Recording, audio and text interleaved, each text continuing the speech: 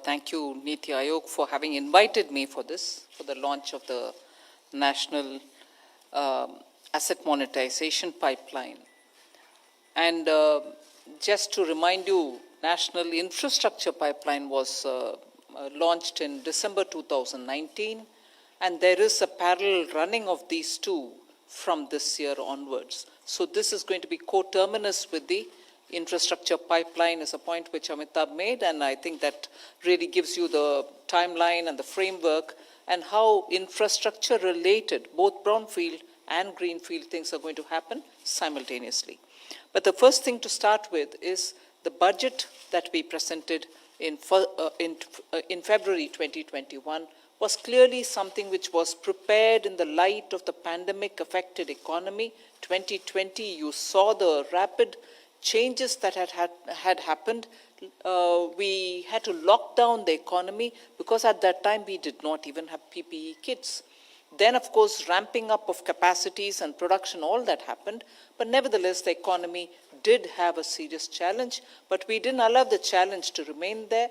We took it as an opportunity, and in order to make sure that the economy gets the necessary support from us, from the government, we clearly identified as infrastructure being the central pillar through which, if public expenditure happens, you're able to be sure that the revival will be clearly predictable, and also it will have immediate spillover effective, the spillover effect, which itself can create that cycle of demand.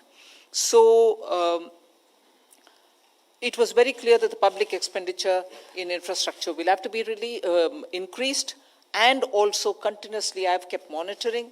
So the target which will have to be achieved, in spite of the second wave, we've been monitoring all the departments and also the public sector undertakings. They are ramping up, and I'm glad to say that they're, in spite of the second wave, they've tried keeping their best, and it is going on. I shall be monitoring it further.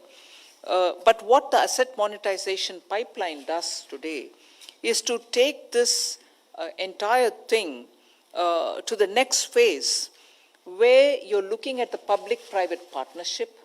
You're also making sure, and here, let me first of all underline, Amitabh did say it during his presentation, and Rajiv Kumar ji also has mentioned it.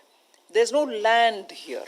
This entire pipeline, National Monetization Pipeline, is talking about brownfield assets where investment has already been made, where there is a completed asset which is either languishing or which is remaining not fully monetized or which is remaining underutilized. So by bringing in the private participation into this, you're going to be able to monetize it better, and with whatever resource that you're having obtained through the monetization, you're able to put in further investment into infrastructure building. So first of all, for those who have this question in your mind, which means, are we selling away the lands? No, this infrastructure, National Monetization Pipeline, is talking about brownfield assets which need to be better monetized. And more importantly, I want to show you again a slide which Amitabh showed, and which has been very clearly emphasized by Rajiv Kumar ji, that ownership of assets remains with the government. That was a slide shown. I'm just showing it here. The ownership remains of those assets with the government, and there will be a mandatory hand back. They'll have to give back after a certain time. So let there not be any confusion, oh, this government is selling away. No, these are assets, brownfield, which will be still with the ownership of the government. And the second most important point here is that the contractual partnerships which we will enter in executing this monetization pipeline will be with full KPIs and performance standards ensured. So the KPIs and performance standards will have to be complied with for getting through the monetization pipeline. So they're all de-risked assets, no doubt, and the value from the consideration and the private investment which will come into maintaining it, optimally utilizing it, putting it for a larger cost, All this will generate greater value and it will unlock resources for the economy, which is what we want. The economy needs more resources. The economy wants that kind of a liquidity, that kind of a value unlocking with which we can move forward. So we'll have to understand that this is a transition. You're bringing in greater innovative ways of private participation. Examples were given of InvITs, which are being very popularly used by the highways, National Highways Authority. Power Grid Corporation, for instance, has also used the InvIT rates model, and as a result, they were able to raise more than 7,000 crores. So I think it's important that India recognizes that time has come for making the most out of our assets. And in this pipeline, we've listed that out so that they can be better monetized. How do you think this is going to work out? How is the government confident that this is going to work out? And really, for it to work out, have we done enough groundwork? I would like to draw your attention. I'm sure all of you are aware, but in this context, it is necessary for us to draw to some facts which have happened in the last 7 years. There's been a consistency in policy, and the regulatory support has also been periodically reviewed by the Prime Minister himself to make sure, in the name of ease of living, in the name of ease of doing business, we are making sure that the regulatory support is also consistent. Enabling frameworks have been put in place. So therefore, I think this proactive thrust which is being given for monetization will really find the right kind of ecosystem with which we can meaningfully monetize our assets. In this, without me getting into too much of detail, because I'm also talking about how this policy is very much in line with what we have said in the budget, I want to draw your attention. You would remember, even through Corona, even through the pandemic, we had given nearly 12,000 crores to the states as interest-free 50-year loans. So this was given for the states to choose the project that they want to do in infrastructure, and that 12,000, I'm happy to say 11,900 has already gone to the states, which means there is clearly a demand in the states for spending on infrastructure. So last year's 12,000 crore was divided as 2,500 crores to the northeastern states and hill states.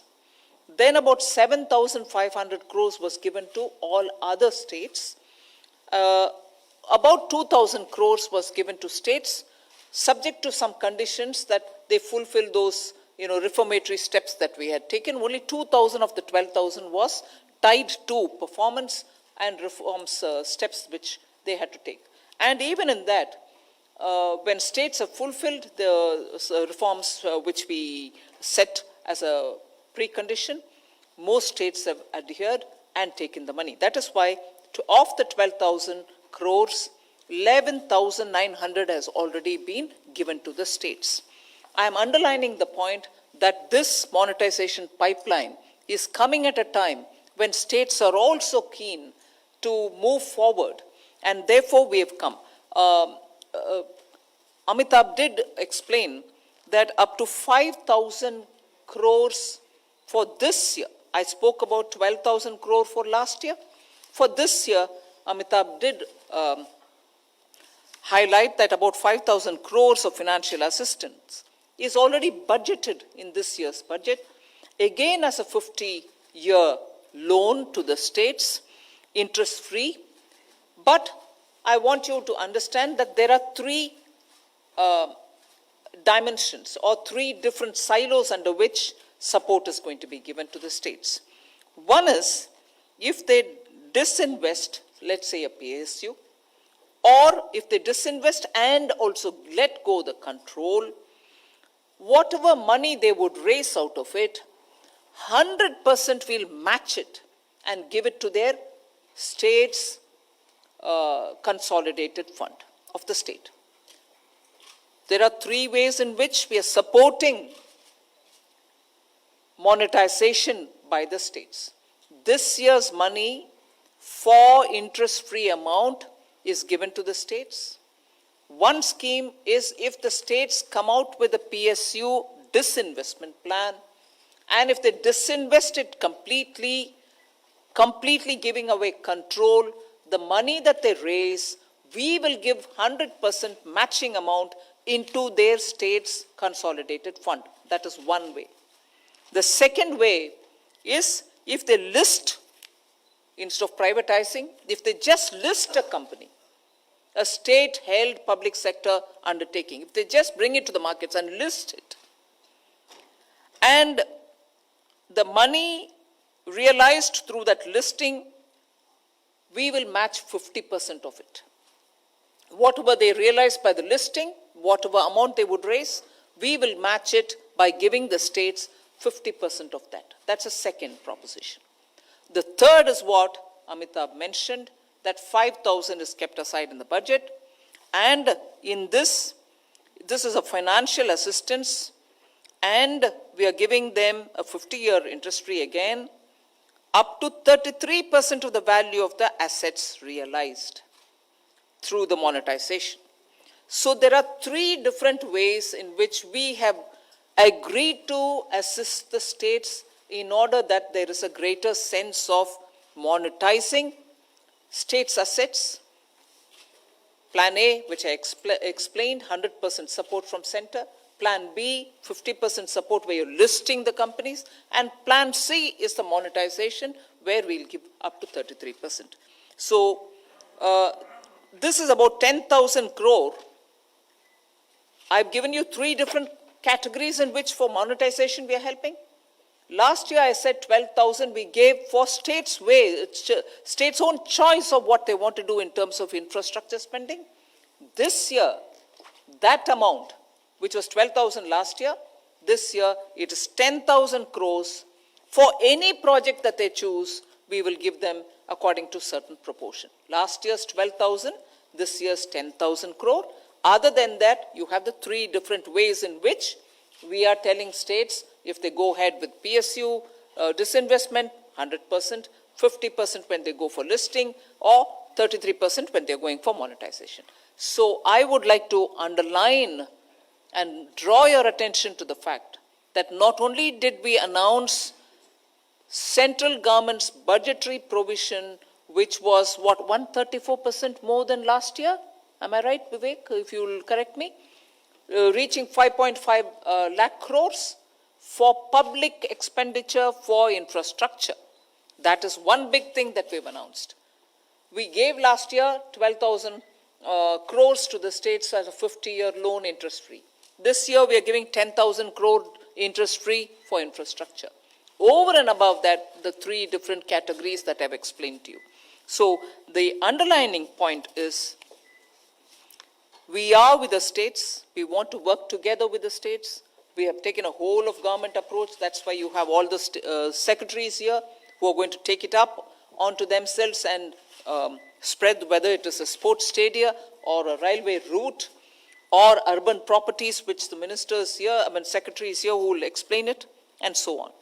So the central ministries and asset owning entities now only need to be geared up towards taking this initiative forward and proactively working with all of us for actively implementing the national monetization pipeline and achieve yearly targets. This is for the next 4 years, but every year we need to go ahead achieving the targets so that the impetus that the economy needs now, particularly coming out of the pandemic, will be getting full gear support from all of us.